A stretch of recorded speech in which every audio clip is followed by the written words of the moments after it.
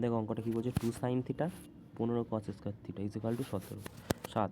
এবারে তুমি যদি এখানে কোনো একটা ভ্যালু ধরো সাইনের ভ্যালু খুব বেশি হলে আমরা ধরতে পারি 30 ডিগ্রি, ঠিক আছে? তাহলে কসের ভ্যালু কত হয়ে যাবে? কসের ভ্যালু 30 ডিগ্রি যদি করো তাহলে দেখবে যে 7 আসছে না। সো আমরা এরকমভাবে করতে পারবো না এই অঙ্ক, আমাদের একটু ঘুরিয়ে নাকটাকে ধরতে হবে। কীভাবে? দেখো 2 সাইন দেওয়া আছে, এখানে কত দেওয়া আছে? 2 sine plus 15 cos square theta is equal to কত? 7 দেওয়া, রাইট?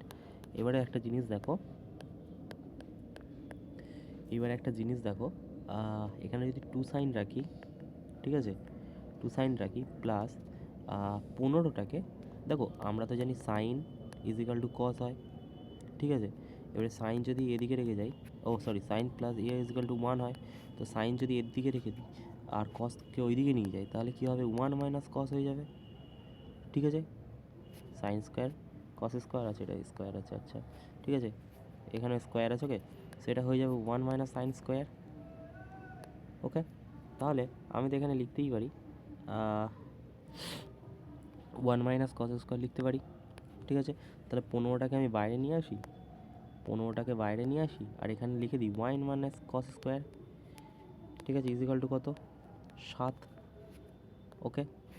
এবারে দেখো 2 সাইন, ওকে, প্লাস 15 লিখলাম minus 15 cos square is equal to কত? 7। সব কটা ওদিকে নিয়ে চলো, যদি ওদিকে নিয়ে যাও তাহলে এইদিকে 15 ফার্স্টে দাঁড়াবে, 15 কস স্কোয়ার চলে যাবে, মাইনাসটা প্লাস হয়ে যাবে, 2 সাইন মাইনাস হয়ে যাবে, আর এদিকে 27 14 15 8 হয়ে যাবে, ইজিক্যাল টু 0 হয়ে যাবে। এবারে আমি যদি এটা কোয়াড্রেটিক ইকুয়েশান ধরি, এ স্কোয়ার এ আর এটা সি, মানে এটা যদি কোয়াড্রেটিক ইকুয়েশান হয় তাহলে কীরমভাবে ব্যাপারটা দাঁড়ায়? কোয়াড্রেটিক ইকুয়েশান এরকম হয় না, এরকম একটা হয়, তারপর 0। সো আমরা কী করি? একটা ফর্মুলা জানি। কী ফর্মুলাটা? কোয়াড্রেটিক ইকুয়েশন বের করার ফর্মুলাটা হচ্ছে minus B plus minus root B square minus 4ac by কি? পুরোটাই বাই, ঠিক আছে, বাই কি? বাই হয়ে যায় তোমার 2a, রাইট? এইবারে দেখো বি যদি আমি ধরি 15, ঠিক আছে, বি তো 2 হয়ে যাবে না, বি যদি 2 ধরি -2 প্লাস মাইনাস এখানে লিখি 15 আছে, রাইট? ঠিক আছে, বি স্কোয়ার মানে কী হয়ে যাবে?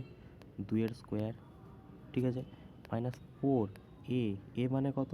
15 আছে, সি মানে কত? 8 আছে, এইখানটায় 8 লিখে দিলাম, ওকে। এইবারে দেখো এটার নিচে কী হয়ে যাবে? আচ্ছা, এটা রুটের মধ্যে, ওকে, এটা যদি হয়ে যায় এখানে কত? 2 ইন্টু এ মানে কত? 15, রাইট? 15, তো কত হবে? তার গল্পটা দাঁড়াচ্ছে, তুমি যদি ভালো করে করো, এখানে -2 থাকবে, এটা প্লাস মাইনাস হয়ে যাবে, আর এই জায়গাটায় হয়ে যাবে 4 হয়ে যাবে, আচ্ছা এটা মাইনাস, তাই না? -2, তাহলে এখানে 4 হয়ে যাচ্ছে আর মাইনাস মাইনাস প্লাস হয়ে যাচ্ছে। সো 4 15 60, 6 8 48, 480, ঠিক আছে, বাই কত? 15 2 30, রাইট? এইবারে দেখো 484 হয়ে যাচ্ছে রুটের মধ্যে, 484, আর এদিকে প্লাস মাইনাস -2 হয়ে যাচ্ছে, বাই কত? 30 হয়ে যাচ্ছে। এইবারে দেখো যদি আমি 484 22-এর রুট হয়, তাহলে 22 থেকে এটা যদি 22 হবে না, 22 থেকে যদি প্লাস করি 2 তাহলে 24/30 হয়ে যাবে, আর এইটা যদি মাইনাস করি তাহলে কত হয়ে যাবে? 20/23 হয়ে 30 হয়ে যাবে, রাইট?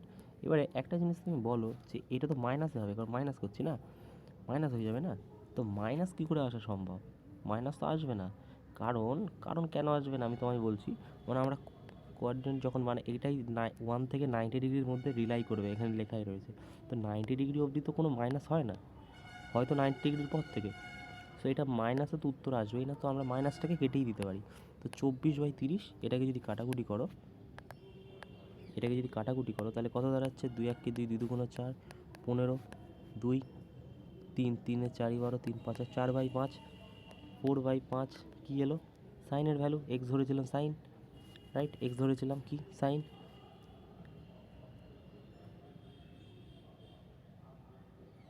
এক সেকেন্ড, আমি এখানে ভুল করছি না, এই জায়গাটা একটা ভুল করেছি বলতে, ঠিকই আছে, sine plus cos square is equal to 1 হয়, তো আমি কী করেছি সাইনটাকে ওদিকে ফেলে দিতে হবে, এদিকে চলে যাবে কস, যদি কস স্কোয়ার এদিকে থাকে তাহলে 1 মাইনাস সাইন হয়ে যাবে, সাইন স্কোয়ার হয়ে যাবে। তো এই জায়গাটায় 1 মাইনাস সাইন স্কোয়ার হয়ে যাবে, কস স্কোয়ার নয়, 1 মাইনাস সাইন স্কোয়ার হয়ে যাবে, রাইট। সাইন স্কোয়ার যদি হয় তাহলে এই জায়গাটায় 15, এই জায়গাটা সাইন হবে।